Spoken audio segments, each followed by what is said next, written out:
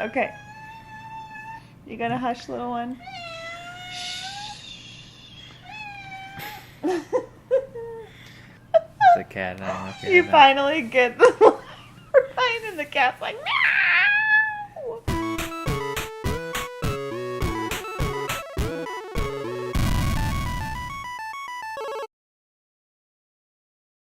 So Nintendo Labo recently came out. It looked cool, but I wasn't sure if Elliott was going to be really into it, or if it's going to be junky or fun or whatever. One day, Mandy just brought it home from shopping for groceries or whatever.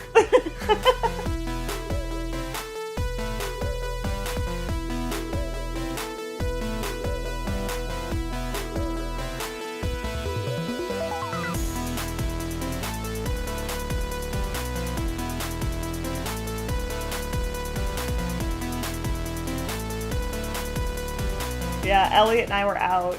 He saw it and was like, we gotta get this. I kind of thought that it would be fun for all of us to do as a family together. So overall, I thought it felt really polished. It kind of reminded me of Lego, like how their instructions are really nice. Everything's really well put together. The music was great. You could even you could rotate the screen around on the instructions so you could see from every angle as you're working on it. You could zoom in. How do you zoom in? How do I zoom in? I don't know, maybe pinch. Yeah, you could zoom in on it. One of the things that was kind of frustrating about the directions was that it was very detailed. But it was every step you had to press the button to go forward. Maybe there was an autoplay and we missed it, but I wish they had a mode where you just kind of could let it run and then pause it. This was a game that was made for kids, so it made sense that the instructions were trying to go kind of slow. We finally discovered, pro tip, Ding. There is a way to fast forward it, so you can fast forward each step. Yeah, stretch it or something like that. And they range from 10 minutes for the mini ones to how many hours?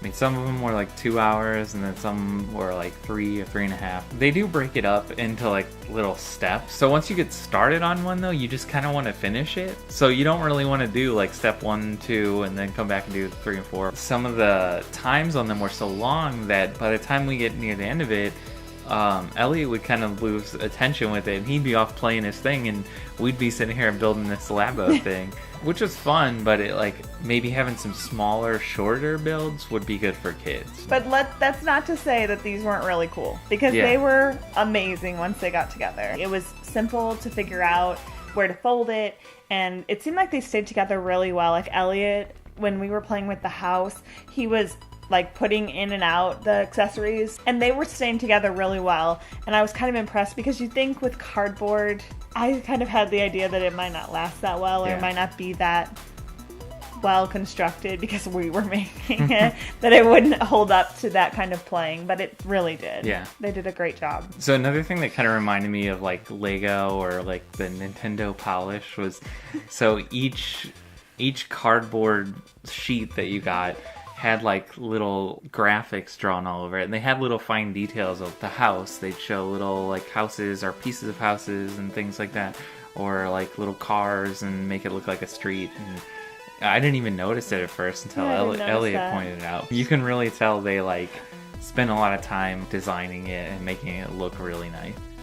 It seemed like they put a lot of effort into doing the instructions on how to fold it, but then once you got into the game, they kind of wanted you to discover and figure it out on your own. Yeah. We're Googling how do you do the drums in the piano thing?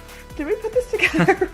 And I mean, they did have a whole section for tutorials and stuff like that. Yeah, but so you just didn't watch it? It was just, it kind of was long and kind of drawn out. By the time you built the whole thing, you don't want to sit through this long video. Yeah. That's my 2 cents. Yeah.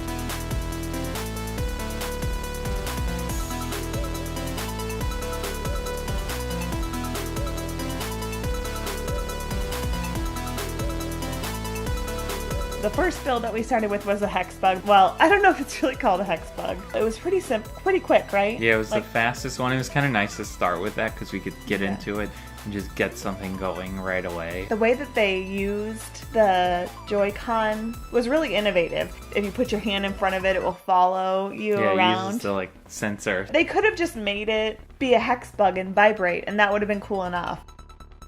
So the fishing rod one, I think, was kind of the most gamey. That was our second one that we made. When we got it together, I think we both were like, this is awesome. Yeah. Like, this really does look like a fishing pole. And the wire of the physical fishing pole would go down into the screen, and then it would continue on the screen and drop down. And yeah, it makes a little, you put some cardboard in there that makes a little clicking noise. And it was just kind of fun trying to catch the different sizes of fish. And yeah, Elliott really wants to catch a shark. I don't know if you can or not. He's gonna catch one. So the piano uses these little IR stickers. As you press the keys, it kind of hides and shows them, and you put the IR sensor in the back, so then the Joy-Con. Yeah. There's different knobs, and when you put those in, they make different noises. I think Elliott's favorite though was the one where you put it in and it makes it sound like cats. So there was also a mode with a studio, and you could record your own music. And we didn't get too far into the studio thing. It looked kind of interesting to play around with. So Nick and Elliott made the motorbike. It was cool to build. It had a little rubber band in there, so the throttle actually kind of had some feedback to it. I think the game on that one was probably my least favorite. I'm really bad at those racing games, so I also wasn't very good. Me and Elliott struggled, and he got first place every race. There was a little mini build you can do and make a little mini bike. The last thing we built was the house. And I think that one was actually really cool. The house is just kind of like a cardboard house, and the Switch screen sits in the front of it.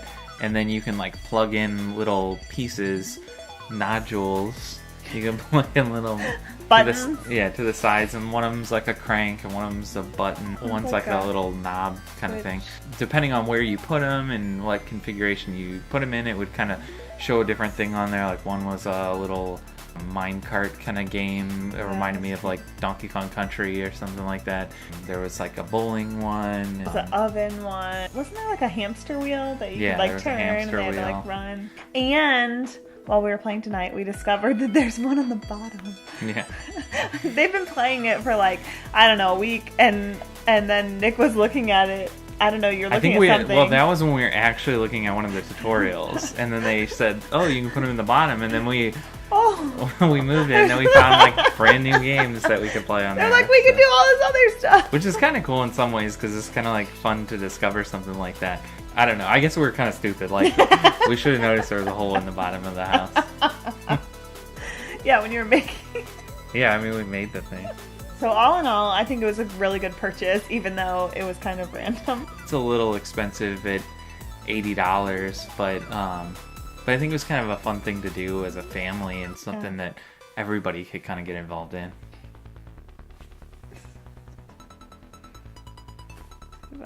Hi, one.